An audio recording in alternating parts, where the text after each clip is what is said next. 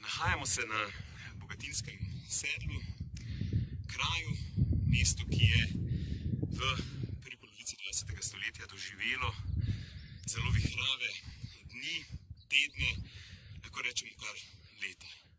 Tukaj se je najprej med leti 15 in 17 vila Soška fronta, torej v času Prve svetovne vojne, in v bistvu na tem mestu je nekako bil prelom oziroma točka preloma med oskrbovalnim področjem avstro-ogrske vojske, ki jo vidimo tukaj v zadnji z Komno, spodaj pod njo je seveda Bohinj in spodaj z današnje Koče pri Savici so z vlečnicami vlekli materijale na ta prostor in jih potem prenašali na tule prostor pred nami z v bistvu Krnom v ozadju, ker pa so že potekali boji, torej med avstro-ogrsko vojsko in Italijo na drugi strani.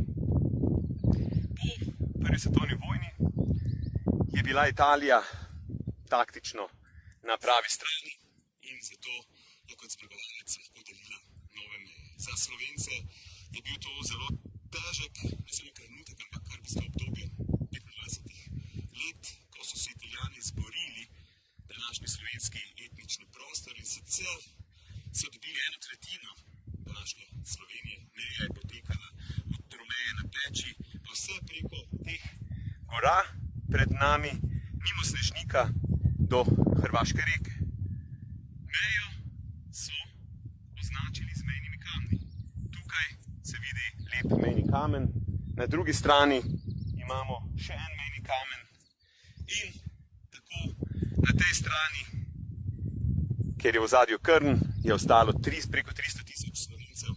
Tukaj je pa pač bila kraljevina Jugoslavije, kamor smo Slovence tedaj spadali in v bistvu je prostor, kjer se sedaj nahajam, v bistvu kraj meje, ki je kar 25 let mejil Slovence med sabo.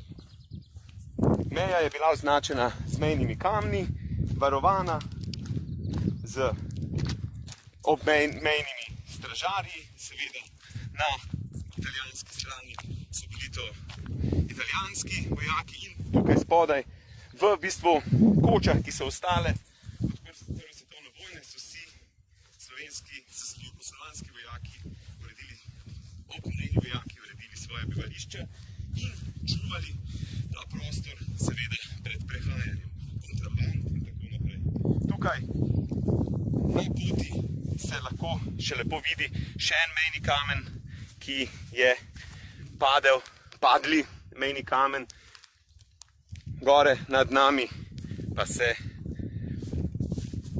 kraljuje pravlični Bogatin, ki je v bistvu temu sedlu, torej Bogatinskemu sedlu, dal svoje ime.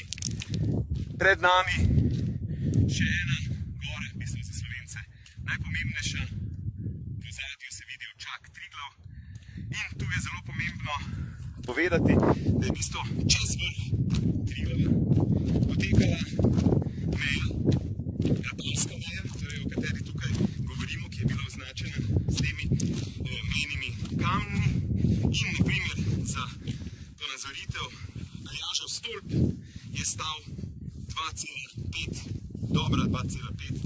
metra na jugoslovanski strani.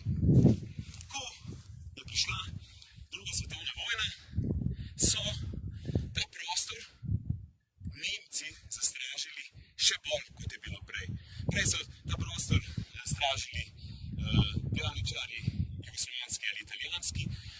Meja je bila malenkost pošičena, ampak vseeno nekako lažje prehodna. No, Nemci so striktno vso svojo mejo od Tromeje zgoraj, v bistvu danes gledano pri Središču ob Dravi, pa vse do Tromeje pod Gadovo pečjo, torej nekako meja, ki je še danes slovensko-hrvaška, meja in je bila tedaj najjužnejša meja Nemškega rajha in potem meja, ki je potekala ob Savi in preko mimo Ljubljane, preko Polhograjcev, vse do stika z Rapalsko mejo pri kraju Vrsnik, kjer se je pa potem pridružila stari Rapalski meji, torej tej meji, in ti mejniki, ki smo jih videli zgoraj na sedlu, so tedaj bili v bistvu tudi mejniki med nemško okupacijsko cono Gorenjske in v bistvu oziroma Nemškim rajhom in Italijo. Toda, kot sem že omenil, Nemci so svojo mejo zaščitili mnogo bolj, kot je bila zaščitena prej.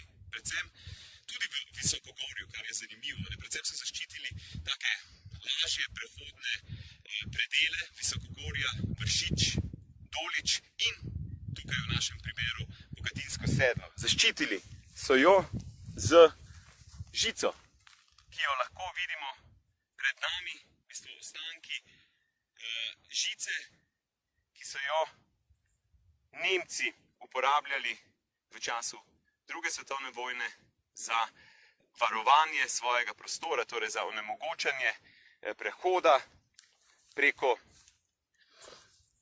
iz Italije v Nemški rajh. Predvsem je bilo to pomembno, da so na tak način se varovali pred prehodi partizanskih čet, ki pa seveda v Visokogorju so vseeno lažje prehajale mejo zaradi snega, ne, dobro, bil je mraz in tako naprej, ampak po zimi je v bistvu meja, ki je bila visoka nekako 2 metre in široka 2 do 4 metre, tudi minirana, bila lažje